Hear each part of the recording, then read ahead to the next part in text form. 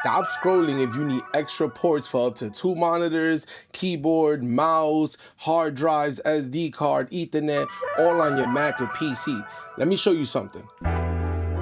This is the Anker Supreme Performance multi-functioning dock, both Thunderbolt 4 and 5 ready.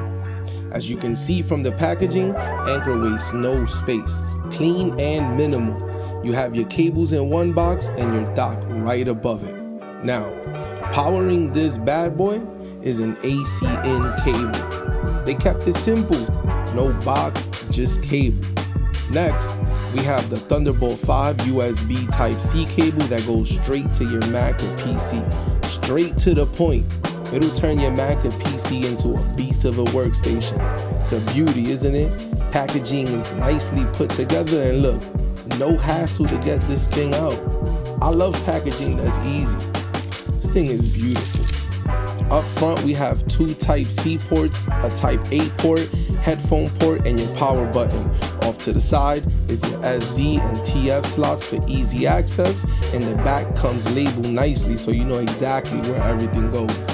With the ventilation in the material, it's all elite, and it's about the size of a Mac Mini.